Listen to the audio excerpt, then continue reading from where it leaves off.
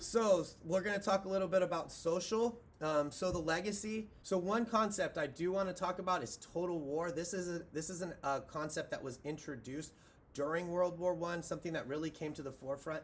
And what total war means is that every aspect of the home front, okay, every aspect of the home country is to benefit the war effort. Okay, so every aspect of the home country is to benefit the war effort.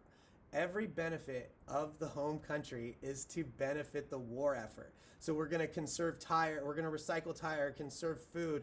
We're going to make victory gardens, which happens later on, but we are going to grow our own food. Everything that we do is to promote this war. Okay, total war. Everything that's going on in the home front is to benefit the war. And you saw this throughout the countries during World War I. We also saw women for the first, not the first time, but for one of the first times massively going into the workforce. The men were off fighting, dying in large numbers. So the women picked up the slack and they got after it and they worked. Unfortunately, for them, a lot of times they were displaced when the soldiers came back. But one of the positives of that was that during the 20s, women saw a heightened sense of independence. You started to see them expressing their sexuality, expressing themselves both literarily and the way they dressed. They were no longer going to be subservient to men. So 1919 in the United States, the suffrage, women's suffrage was passed so that they could vote. Those type of ideas really culminate with the World War I and women stepping into the workforce. So you had these things. So you had the women that were called flappers, who would drink and smoke and dance in public. They would wear short hair, or they would cut their hair short, do things that were unconventional to what was the Elizabethan style, or excuse me, the Victorian style of woman that was expected of them previous to that, 50 years previously to that. So it is a complete change in the way that women view themselves, and the flappers took place as a result of that. After World War I in the United States, you start to see the consumer society begin. Things like cars, washing machines, radios, electric irons, gas ovens, let's see what else. The birth of jazz also took place in the United States during that period. So I do want to touch a little bit more on the Treaty of Versailles. And kind of what took place is that. So the Treaty of Versailles was the peace treaty that was negotiated after World War I.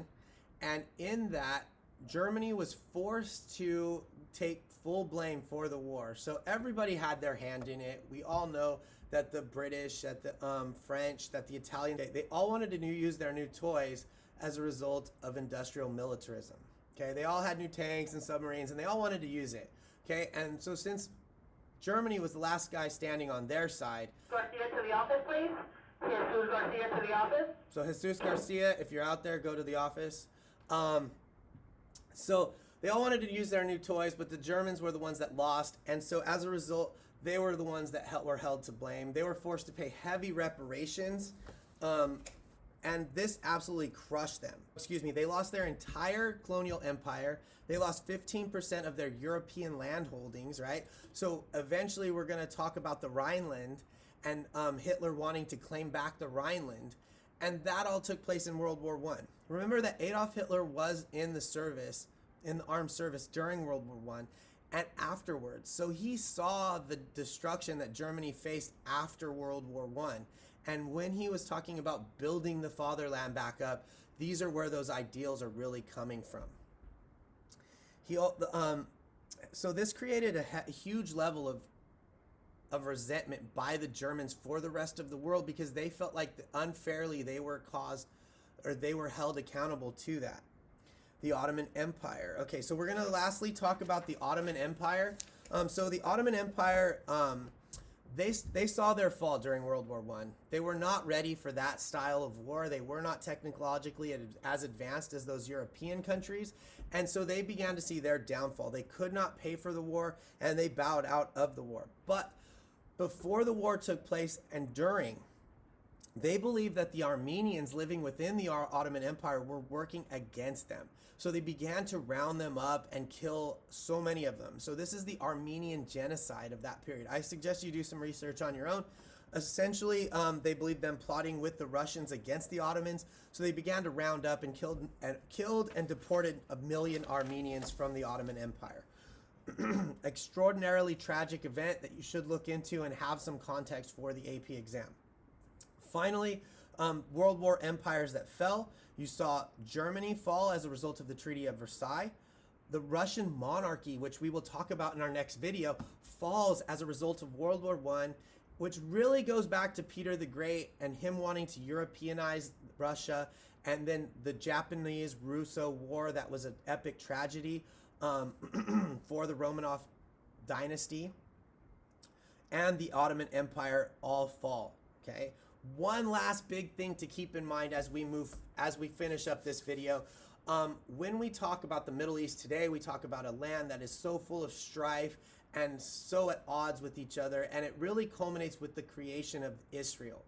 And so it was after World War I that the United Kingdom told the told the Jewish leaders of the time period that they would have a homeland. Okay, it did not come into fruition until after World War II, but the groundwork was laid during the Treaty of Versailles, when the British promised to have both the Palestinians have a homeland and the Jewish have a homeland.